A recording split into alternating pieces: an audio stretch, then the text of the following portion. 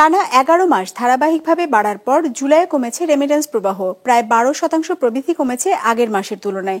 যদিও বিদায়ী অর্থবছর রেকর্ড $3,000 কোটি প্রবাসী আয় এসেছে দেশে, ফলে বেড়েছে বৈদেশিক মুদ্রার রিজার্ভ। বিশেষজ্ঞরা বলছেন, প্রবাসী আয়ের এই ধারা অব্যাহত থাকলে স্থিতিশীল থাকবে বৈদেশিক মুদ্রার বিনিময় হার, কমে আসবে মূল্যস্ফীতি। রঞ্জিবুল মিজানের রিপোর্ট। ওয়ালটন এখন দেশের সীমানা পেরিয়ে পৌঁছে গিয়েছে 50টিরও বেশি দেশে। ওয়ালটন, ঘরে ঘরে, বিশ্বজুড়ে। শ্রমিক থেকে শুরু করে পেশাজীবী কিংবা ব্যবসায়ী, বিশ্বের বিভিন্ন দেশে কাজ করা প্রবাসীদের আয়ের অর্থ দেশে আসে রেমিটেন্স হিসেবে। গেল বছর সরকার পতনের পর থেকে প্রতি মাসে বাড়তে থাকে সেই আয়। জুনে আয় এসেছিল $282 কোটি। 11 মাস বাড়ার পর অর্থ বছরের প্রথম মাস অর্থাৎ জুলাইয়ে প্রবাসী আয়ের প্রবৃদ্ধি কমেছে 12%, এসেছে $247 কোটি। প্রতি মাসের এই যে প্রবৃদ্ধিটা কিন্তু খুব মসৃণ হবে না, এটা স্বাভাবিক। এখানে কিছু র্যান্ডম বিষয় আছে। ধরেন কোনো একটা মৌসুম, ধরেন আমাদের সময় ঈদ যদি থাকে সামনে, বা অন্য কোনো যদি উৎসব থাকে, বা ধরেন বৈশাখ যদি থাকে, উৎসবের সাথে এটা একটু সম্পর্ক আছে, তখন মানুষ সাধারণত বেশি রেমিটেন্স পাঠায়। ওইটা চলে গেলে আবার পরের মাসে আবার আগের স্বাভাবিক গতিতে ফিরে আসে। এখন আমাদের শ্রমবাজার যেসব জায়গা কেন্দ্রিক, সেই সব জায়গার অর্থনীতি যদি ধরেন স্বাভাবিক পর্যায়ে থাকে, তাহলে এই মাসভিত্তিক যে ধরেন উঠানামা, এটা হয়তো আমাদের খুব বেশি চিন্তিত না হলে চলবে। মাসের ব্যবধানে আয় কিছুটা কমলেও বিদায়ী 2024-25 অর্থ বছরে রেকর্ড প্রায় $3,000 কোটি অর্থ পাঠিয়েছে প্রবাসীরা। 2023-24 অর্থ বছরে যা ছিল $2,391 কোটি।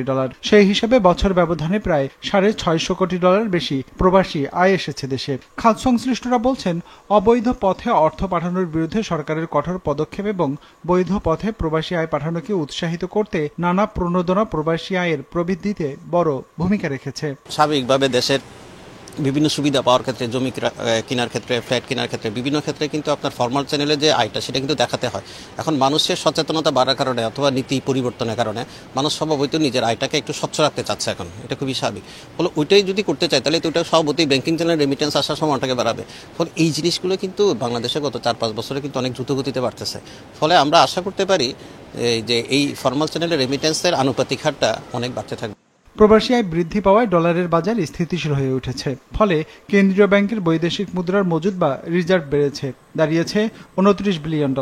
এতে মুদ্রা বাজারে ডলারের উপর চাপ কমেছে, স্বস্তি ফিরেছে বৈদেশিক বাণিজ্যেও। বিশ্লেষকরা বলছেন, প্রবাসী আয়ের এই ধারা অব্যাহত রাখা গেলে স্থিতিশীল থাকবে বৈদেশিক মুদ্রার বিনিময় হার, কমে আসবে মূল্যস্ফীতি। যদি আমরা এই বৈধ পথে রেমিটেন্সটাকে অব্যাহত রাখতে পারি, এটাই কিন্তু আপনার সুবিধাটা আমরা দেখতে পারবো। আমাদের রিজার্ভ যেমন বাড়বে, একইভাবে কিন্তু আমাদের এই রিজার্ভ বাড়ার কারণে আমাদের যে ডলারের সাথে যে বৈদেশিক টাকার যে বিনিময় হার, এটা স্টেবল থাকবে।